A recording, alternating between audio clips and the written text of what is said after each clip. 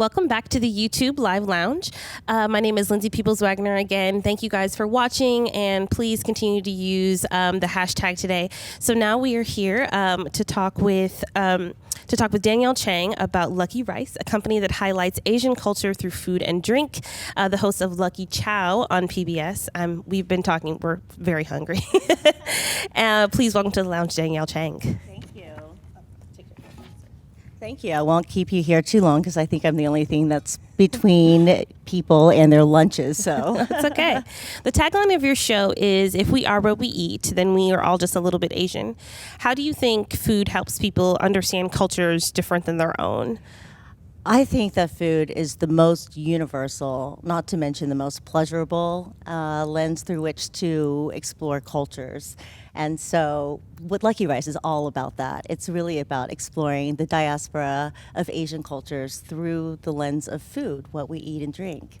And it's a wonderful tool to help people understand other cultures. For instance, when I started LuckyRice 10 years ago, people used to say, "Oh, you're born in Taiwan. I love pad thai. I just had it in Thailand." I mean, it was all very innocent, and there's nothing ill-spirited about that comment. But nowadays, you don't really find people who conflate Thailand and Taiwan. And I think it's because our bellies have taught us well. It's through food that we've learned to differentiate between, say, regional Chinese food or the diaspora of all of Asia. And lots of global Asian fusion foods as well. So how do you think food helps people really understand the immigrant experience in a real way? I think that in the past 10 years, the food scene has really mirrored more closely that of the American immigrant experience or the Asian in America experience. And so I was really happy yesterday when I went to a dim sum parlor and ended up paying regular prices for really high quality chef-driven dim sum, because that's progress, when people, immigrants can charge foods at the same prices as, say, Italian or Mediterranean fare. That's one of the misconceptions, I think, that one of the barriers that people have about Asian food that I really wanted to demystify when I started the company 10 years ago. So it does, I think, reflect the composition of our population and take into consideration all the immigrants that live in America today. We're obviously here today to talk about racial healing. How do you think food plays a role in healing, racial and otherwise in our society? I think breaking bread together, sitting down at a table together is already a huge step of the way there. Sitting down, sharing cultures with people around the table, whether you're breaking bread or sharing a bowl of rice, it's that commonality. And so, I have two teenage daughters, and they're very aware of how fraught with racial tension, growing up in America is, having done so from real life experiences. But for, the younger generation, food is a healing vehicle. It's what they share with other people when they want to let others, their friends, know about their legacy and their ancestry and their heritage. So it's really powerful.